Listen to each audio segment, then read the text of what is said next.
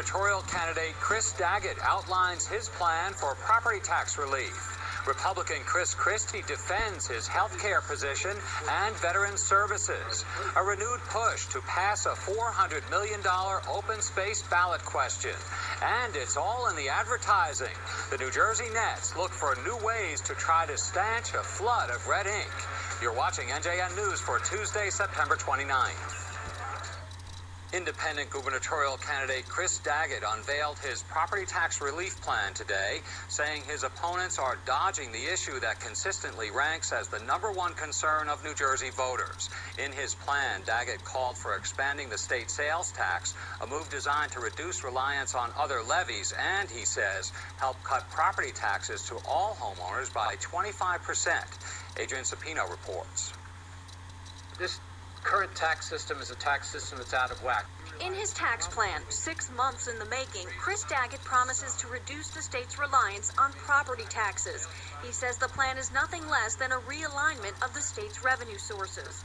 Property taxes would be cut by 25%, up to $2,500 per household.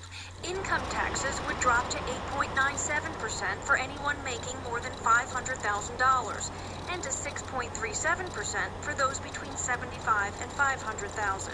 The corporate and small business taxes would also be reduced. The sales tax would be expanded to include personal, professional, and household services like lawyers, accountants, and architects. Food, medical, and business-to-business services would be exempt. Daggett says the expanded sales tax would bring in an additional $3.9 billion.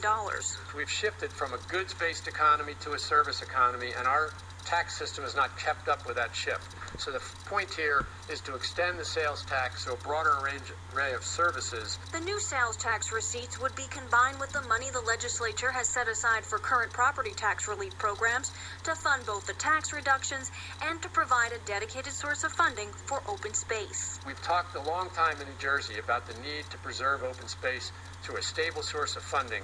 And that stable source of funding was promised by John Corzine 4 years ago, and he never delivered on that promise. And I've said from the beginning of this campaign that I'm going to work hard to find a dedicated source of funding for open space, and we've done it with this. Municipal, county, and school districts must stay within a spending cap to be eligible for the property tax reduction. Daggett calls his opponents irresponsible for not talking specifically about tax reforms, a major issue with voters. My opponents particularly Chris Christie. He seems to be operating in a world that the rest of us aren't living in, because he's talking about being able to cut taxes across the board, save property tax rebates. The math doesn't add up. He knows it. We know it. Everybody else in New Jersey is starting to know it, and as they do, he's either got to come up with some plan or tell us why this kind of a plan won't work. But we're not, we're not raising taxes. We're just adjusting the tax system so that it's fairer. And as far as John Corzine has said, he hasn't been too specific either on what he's going to do. But certainly, from his standpoint, I think he's more realistic about the fact that he may have to raise taxes at some point. Daggett says his plan would leave some money to start chipping away at the state's budget deficit. The issue could give him some ammunition against his opponents during the first gubernatorial debate this Thursday night on NJN. Adrian Sapino, NJN News.